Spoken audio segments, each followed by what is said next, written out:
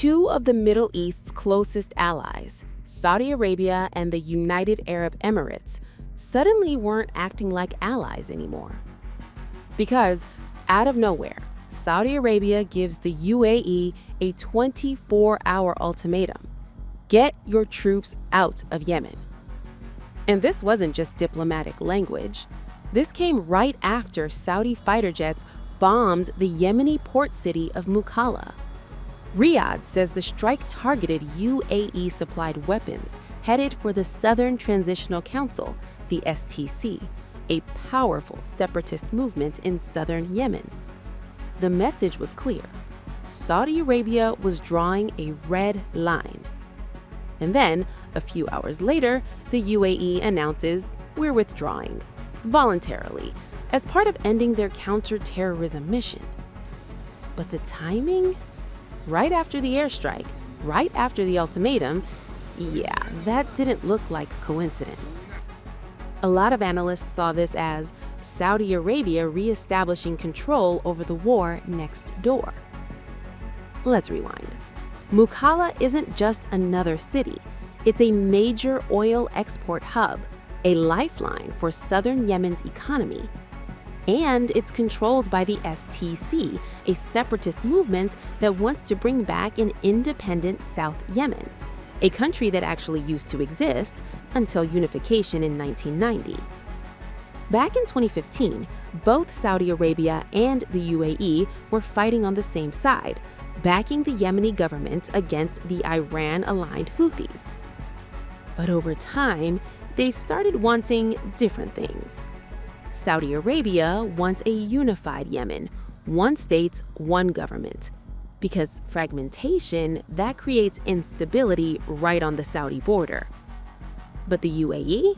They've invested heavily in the STC, funding, training, weapons, because they want reliable partners controlling key ports and trade routes. Plus, they really don't like Islamist factions like Yemen's Islah Party, which they link to the Muslim Brotherhood. So while they were technically on the same team, they were playing different games. And then 2025 happens. The STC launches an operation with this very cinematic name, Operation Promising Future. And it works. They sweep across Hadramaut, Al-Mara, parts of Shabwa, capturing oil fields, ports, and export terminals.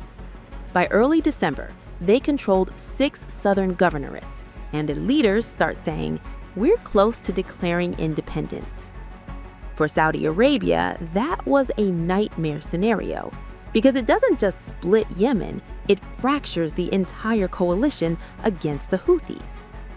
So, when Saudi intelligence says those UAE-supplied weapons are fueling separatist expansion, Riyadh responds with jets over Mukalla. Infrastructure is damaged, civilians are evacuated, and then comes the ultimatum: 24 hours, leave Yemen. And the UAE steps back. So what we're watching here isn't just one airstrike, it's 2 regional powers diverging after nearly a decade of fighting this same war. Saudi Arabia is betting on unity under the Presidential Leadership Council. The UAE is betting on influence through local partners like the STC. And caught between them, millions of Yemenis living through one of the world's worst humanitarian crises. There's even this phrase floating around in political speeches: oil is betraying the Muslim Brotherhood. It sounds cryptic, but it basically means this: control over oil, power, and ideology are all colliding in southern Yemen. Right now, the UAE says it's out. Saudi Arabia has the upper hand. And the STC? Still powerful, still ambitious, still talking about independence. So the real question is, does this diffuse the conflict, or does it set the stage for the next chapter in a war that just refuses to end?